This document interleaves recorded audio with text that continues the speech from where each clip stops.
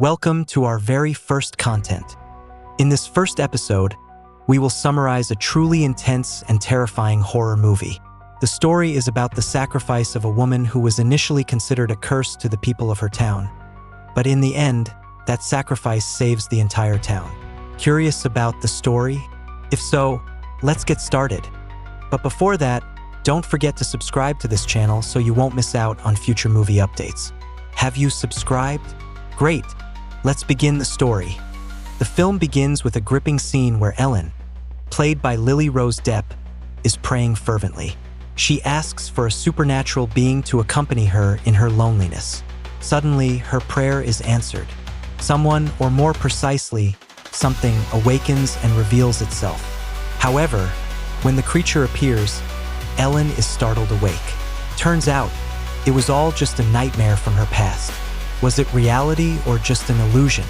Keep watching until the end to find out. On the other side, there's Thomas, Ellen's husband, played by Nicholas Hoult. They are a newlywed couple, very affectionate. Thomas hurriedly heads to his new job at a real estate company called Knock & Associates. Late on his first day, Thomas quickly apologizes to his boss, her Knock, who seems very understanding, especially because Thomas just got married. In fact, her Knock compliments Ellen's beauty and gives Thomas an important task.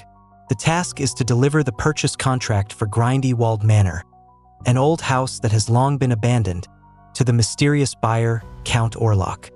However, Thomas's journey is not that simple.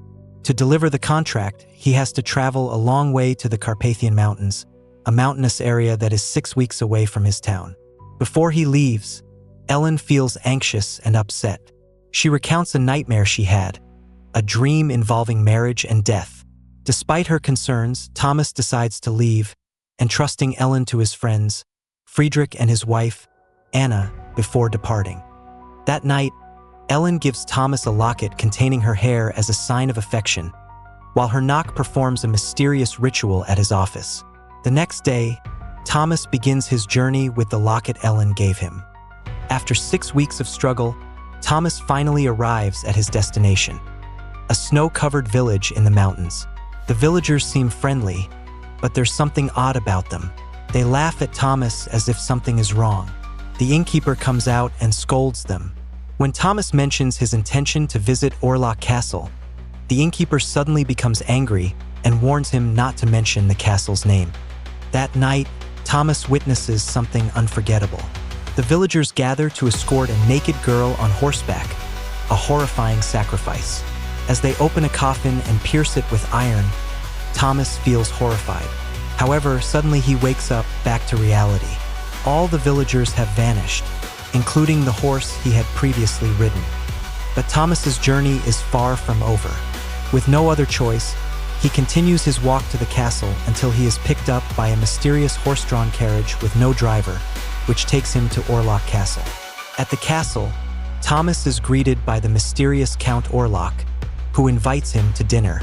When Thomas cuts the bread, his hand is injured, and the blood causes Orlok to transform into a terrifying figure, sending Thomas into a state of fear. When Thomas wakes up, he realizes the castle seems deserted. Even more horrifying, he discovers 2 bite marks on his chest, a sign that he has become a victim of the supernatural creature.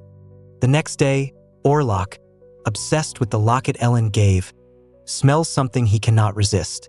After signing the contract, Orlok takes the locket, gives Thomas a bag of gold, and sends him away to rest. However, Thomas becomes increasingly anxious seeing the bite marks on his body.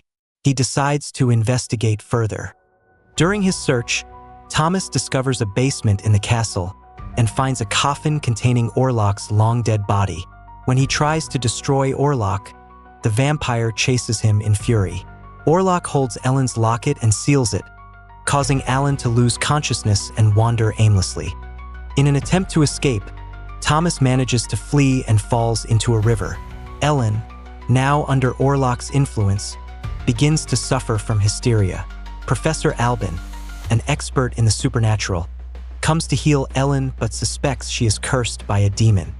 Meanwhile, Orlok, who has spilled Thomas's blood, returns to the ship with the intent to go to the town where Ellen is. Upon arrival, a terrible plague begins to spread. People start falling ill one by one, and the villagers begin to panic. Professor Albin and Friedrich make a plan to kill Orlok, exploiting his weakness of needing to return to his coffin before sunrise. Ellen reveals her past, explaining that she once called upon a supernatural being to accompany her in times of loneliness. This was how she first encountered Orlok. Initially, the relationship seemed sweet, but over time, it became tormenting. Ellen feels angry and betrayed by Thomas, thinking she was sold for a bag of gold. On the following night, Friedrich's family falls victim to Orlok's savagery, with his wife and children being killed. In his despair, Friedrich blames Ellen for the disaster that has befallen them.